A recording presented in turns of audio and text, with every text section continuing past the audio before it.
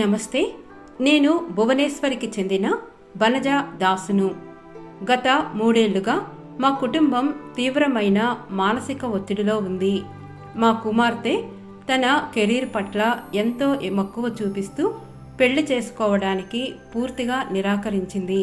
ఒక తల్లిదండ్రులుగా మాకు ఎంతో బాధగా అనిపించేది.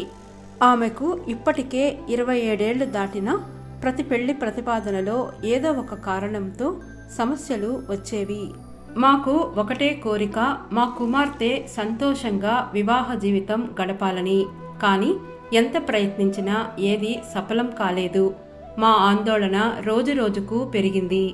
2017లో నేను సహస్రనామ యజ్ఞంలో పాల్గొని నా కుమార్తె పెళ్లి కోసం నా హృదయాన్ని కదిలించేలా ప్రార్థించాను.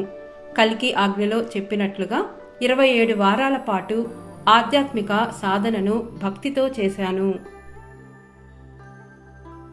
తర్వాత ఒక అద్భుతం జరిగింది. మా కుమార్తెకు ఒక అద్భుతమైన సంబంధం వచ్చింది. అన్ని విషయంలో ఎలాంటి అడ్డంకులు లేకుండా జరగసాగాయి. ఆమె పెళ్లి నిశ్చయమైంది. నిజంగా ఇది దివ్యమైన మహత్కార్యం.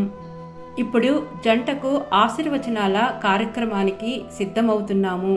నేను శ్రీ అమ్మా భగవాన్లకు నా హృదయపూర్వక కృతజ్ఞతలు తెలియచేస్తున్నాను. ఒక తల్లి హృదయపూర్వక ప్రార్థనను వినిపించి నా కోరికను నెరవేర్చారు. నా హృదయం ఇప్పుడు ప్రేమతో, కృతజ్ఞతతో నిండిపోయింది.